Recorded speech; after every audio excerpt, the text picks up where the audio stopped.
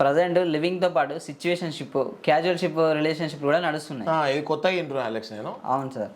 ఇక్కడ ఏంటంటే ఒక అబ్బాయి అమ్మాయి వాళ్ళు ఒక సిచ్యువేషన్షిప్ సార్.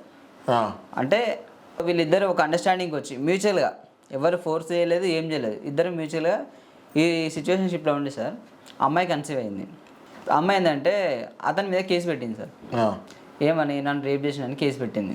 ఇప్పుడు అబ్బాయి ఏం చేసిండు, ప్రజెంట్ నా వల్లే అమ్మాయి కన్సీవ్ అయింది కదా అని అమ్మాయిని మ్యారేజ్ చేసుకుందామని అనుకున్నాడు సార్. బట్ ఏంటంటే అమ్మాయి ఏం చేసిండు, నా మీద రేప్ కేసు పెట్టిండని, రేప్ చేసిండని కేసు పెట్టింది.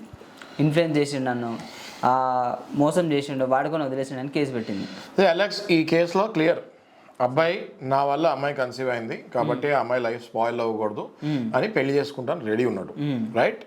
ఆ అమ్మాయి కావాలని పెళ్లి చేసుకోకుండా ఈ అబ్బాయి మీద రేప్ కేసు పెడితే ఆ కేసు తీసుకోరు.